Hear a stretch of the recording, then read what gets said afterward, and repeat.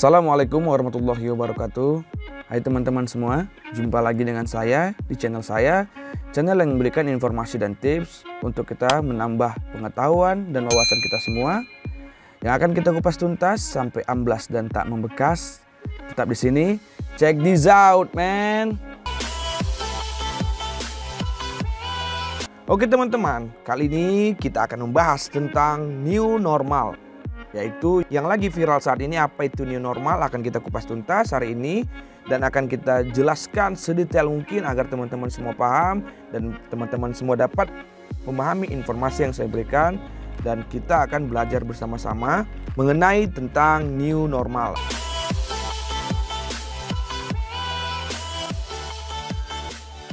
Oke teman-teman, menurut wikipedia.org, new normal adalah kenormalan baru, terkadang juga disebut kewajaran baru atau kelaziman baru, adalah sebuah istilah dalam bisnis dan ekonomi yang merujuk kepada kondisi-kondisi keuangan usai pandemi ataupun virus yang ada di negara ataupun suatu lingkup populasi tertentu. Sejak itu istilah tersebut dipakai pada berbagai konteks lain untuk mengimplementasikan bahwa suatu hal yang sebelumnya dianggap tidak normal atau tidak lazim kini menjadi umum dilakukan. Oke, itu definisi menurut wikipedia.org. New normal ini ya memang belum pernah kita laksanakan, belum pernah kita lakukan. Jadi memang suatu kewajaran yang baru dan kelaziman yang baru. Nah, itulah bahasa baku dari new normal tersebut.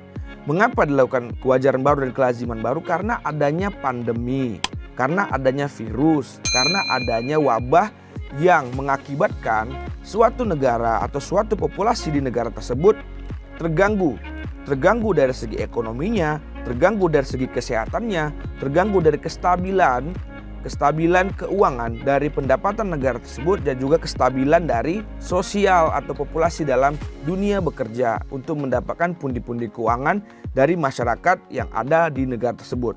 Itulah makanya dilakukan new normal ini, karena adanya pandemi tersebut. Saya mencatat beberapa hal di dalam catatan saya, bahwasannya dari berbagai informasi yang saya dapat di media sosial, di media informasi, di televisi dan di radio-radio, saya ambil kesimpulan dan saya catat, dan saya akan memberikan informasinya ke teman-teman semua. Oke? Apa itu definisi new normal? Adalah skenario untuk mempercepat penanganan dari virus corona ataupun virus COVID-19 tersebut dari berbagai aspek seperti aspek kesehatan, aspek sosial, dan aspek ekonomi. Jadi pemerintah Indonesia telah mengumumkan rencana untuk mengimplementasikan skenario ini. Skenario yang dibuat adalah new normal dengan mempertimbangkan studi epidemiologis dan kesiapan regional. Oke. Jadi memang pemerintah saat ini sudah membuat rancangan, rencana, dan aturan dari kegiatan apa langkah-langkah untuk melakukan dari new normal tersebut. Presiden Indonesia mengharapkan new normal ini diimplementasikan dengan beberapa pertimbangan. Jadi ada pertimbangan yang dilakukan menurut Bapak Presiden Indonesia. Jadi harus ada pertimbangan ketika kita melaksanakan new normal tersebut. Oke, jadi new normal ini juga melanda bukan hanya di masyarakat saja, tetapi juga di dalam perusahaan dan juga di dalam pendidikan dan juga di dalam kesehatan. Jadi semua perusahaan juga harus menerapkan new normal tersebut di dalam habitat ataupun populasi saat bekerja. Oke. Kesiapan sektor publik per masing-masing kementerian dan lembaga, tingkat disiplin publik, dan respon publik terhadap cara bekerja atau cara bersosialisasi dalam new normal. Jadi kesiapan kita sebagai masyarakat, sebagai karyawan juga ketika kita bekerja, ketika kita keluar, ketika kita melaksanakan tugas untuk bekerja, kita juga melakukan namanya aturan-aturan yang dibuat oleh new normal tersebut. Seperti ya menjaga jarak, tetap juga memakai masker, tetap juga memakai hand sanitizer, dan juga mengkonsumsi makanan-makanan yang membuat imun tubuh kita kuat. Jadi kita tidak terlepas dari yang namanya pemakaian ataupun menjaga kesehatan kita dan juga menjaga kesehatan teman-teman kita yang lain.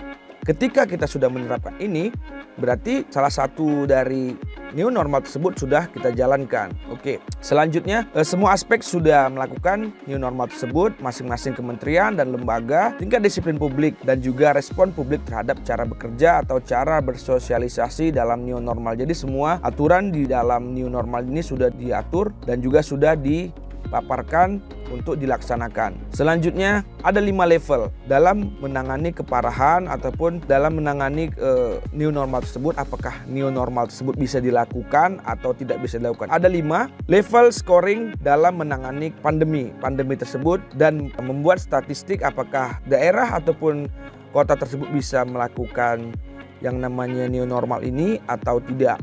Jadi ada 5 level. Yang pertama krisis, tingkat parah, substansial, sedang, dan rendah. Nah, bagian mana sajakah di 5 ini yang bisa dilakukan untuk melaksanakan new normal tersebut? Pemerintah daerah diizinkan untuk mempersiapkan new normal jika daerah mereka berada di tingkat moderat atau sedang. Jadi pemerintah kota ataupun pemerintah provinsi ataupun pemerintah kabupaten kota bisa melakukan new normal ini ketika di daerah dan di kota tersebut masih dalam lingkup zona yang sedang dan rendah dari COVID-19 ataupun pandemi COVID-19 tersebut. Provinsi dan kota di daerah Indonesia boleh melakukan new normal ketika di daerah kota ataupun di daerah provinsi tersebut tingkat dari pandemi COVID-19 itu berada di level rendah ataupun sedang.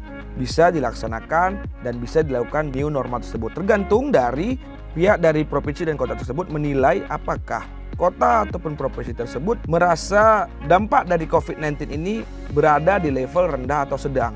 Jadi itu tergantung dari gugus tugas percepatan yang ada di daerah tersebut. Menilai dari dampaknya kasus dari yang terjadi setiap hari, setiap minggu, dan setiap bulannya. Apakah ada perkembangan ataupun penurunan.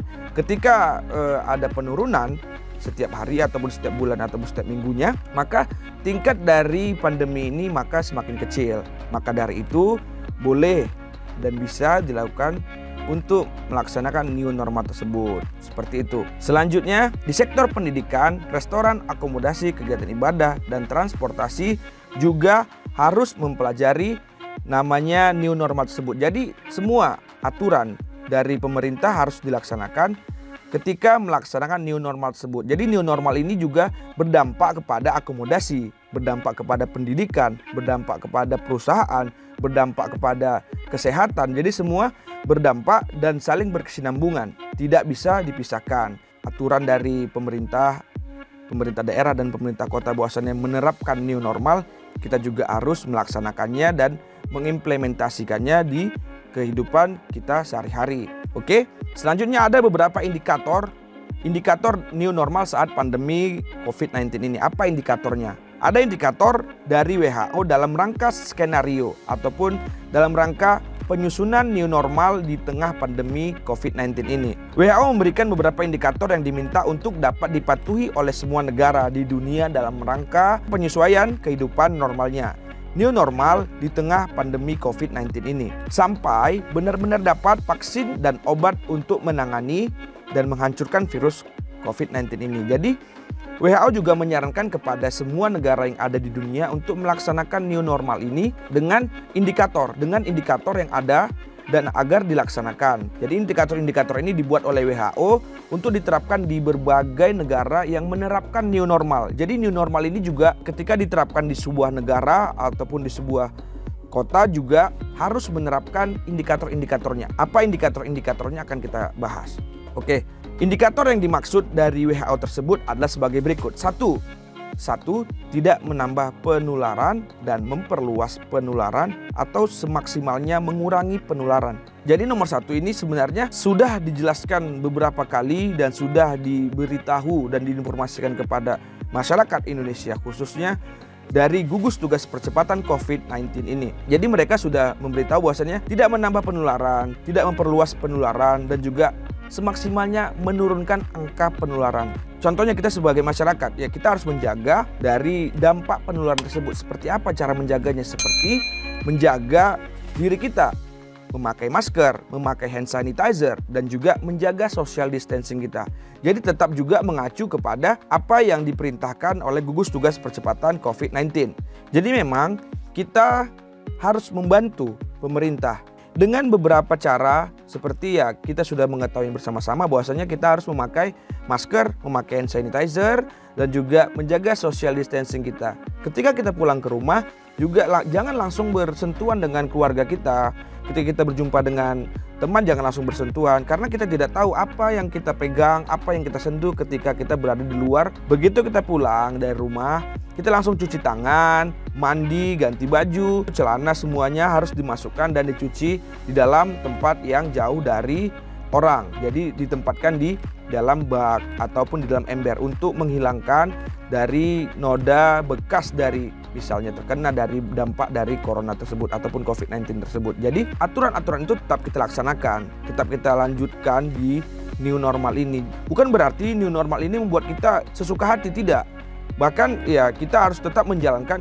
Kenapa dibuat new normal? Karena kehidupan kita sebelumnya itu, kehidupan kita bersosialisasi, kehidupan kita bekerja, kehidupan kita sehari-hari itu beda dengan kehidupan kita yang dimulai pada 1 Juni 2020 nanti. Karena semuanya diatur oleh new normal tersebut. Makanya terjadi new normal karena beda antara kegiatan kita sebelum terjadinya pandemi dan setelah terjadinya pandemi ini. Kita harus tetap melaksanakan new normal tersebut. Jadi tetap kita jaga diri kita, keluarga kita, teman kita, sahabat kita, rekan kerja kita untuk terjauh dari virus corona tersebut dengan cara yang sudah dianjurkan kepada kita yang dibuat oleh gugus tugas percepatan COVID-19. Jadi kita tidak boleh menambah penularan, tidak boleh memperluas penularan, dan juga kita harus mengurangi penularan tersebut.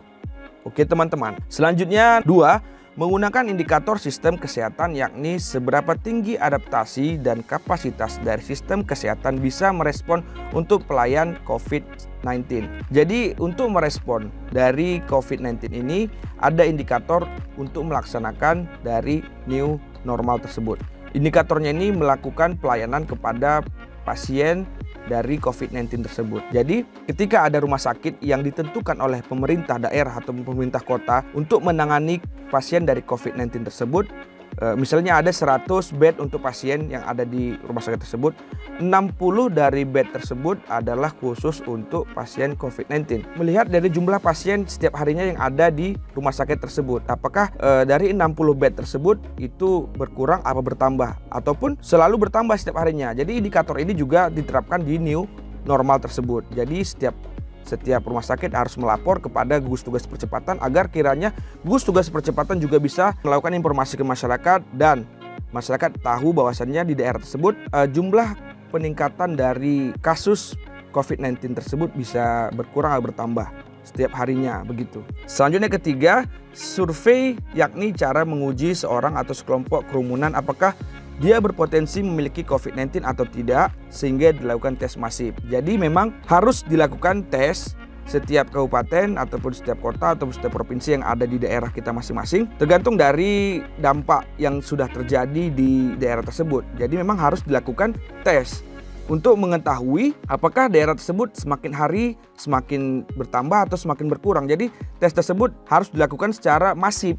Jadi masyarakat juga harus tahu dan melaksanakan tes tersebut begitu. Jadi new normal ini juga bisa dilakukan ketika indikator-indikator ini sudah dijalani. Indikator dari beberapa yang saya jelaskan ini adalah upaya dari pemerintah, upaya dari WHO untuk melakukan new normal ini agar kiranya tetap melaksanakan, tetap melakukan rutinitas kita pada masa pandemi kemarin. Jadi per 1 Juni nanti kita juga harus melaksanakan adaptasi kepada apa yang sudah kita laksanakan setiap harinya di saat pandemi COVID-19 tersebut. Jadi jangan kira setelah penerapan new normal ini kita suka-suka hati, tidak.